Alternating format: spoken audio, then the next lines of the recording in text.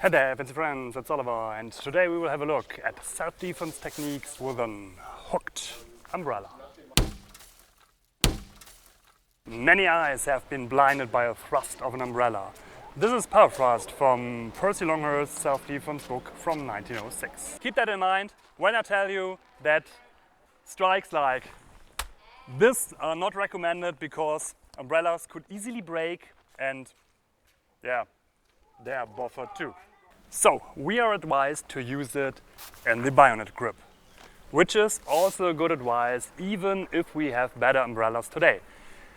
And we already demonstrated you a stop hit in our Longhurst video with the Irish shillelagh. But now we get more into detail for offensive actions. For this, grab it like this, so thumbs pointing together, and then you have the mark and the face as a target, and always keep in mind best defense is offense. So attack him. So, and not only the mark and the face are a good target, very nice target, especially if you have hit him here and he maybe tucks in is from underneath into the under the chin. So he would be, once again, he would be like here, and you just point upwards, and yeah, really hurt. So, but if you are going on him, he would not stand there, he would come back and want to hit you, or he breaks the measure, so I'm here, and if he goes backwards and you do not want to come with him, just step with your rear foot and go for the neck or the chin from the side. So you would go 1, 2, 3. Like if you would come from here with the hook to the chin. You might know I'm not a big fan of hooking techniques, and they are quite rare in the time when walking canes were an EDC, but Percy Longhurst is one of the historical exceptions, demonstrating two, so I will show them to you. By the way, I do not have to tell you it's an historical advice for the hooked umbrella, but it's also true for this one. The two hooks covering the neck and the heel. They are not as elegant as the same demonstrated in Bartitsu, which need very good timing, but therefore Percy seems to use more force by pulling with both hands. The first hook is around the neck, and you see by yourself this is not a very large curve, so if I would hook him, it goes not around the neck but it grabs the neck somewhere here, and if you just pull, it's first kind of a impact hit on his neck, and then you have to throw him to the ground. And we have more or less three possibilities to show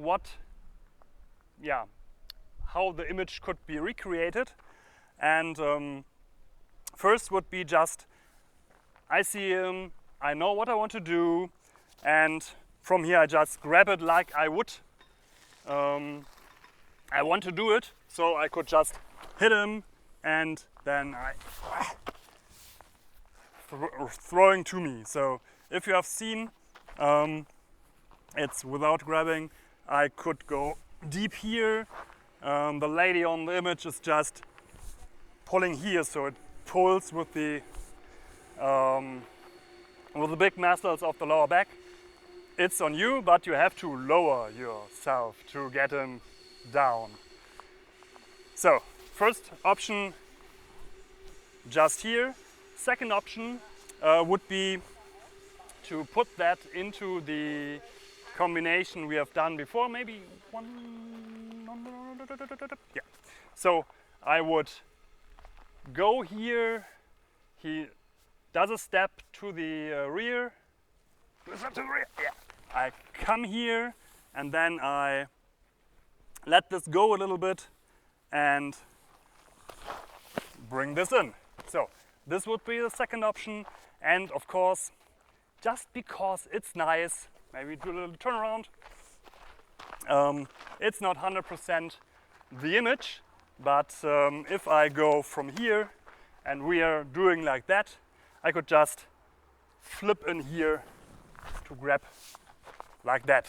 But then you see that's not the same as on the images, but it's a hook on the neck. No one will, no one will say anything about it.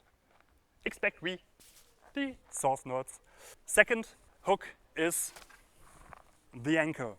And it's not as in Bartitsu, because this is hell of a timing, looks very elegant, because when I just took the hook around his ankle and I pull, this could work, but if he stands on this leg, it's very hard to get him on the ground. Yeah? So if he's not aware of it, it works.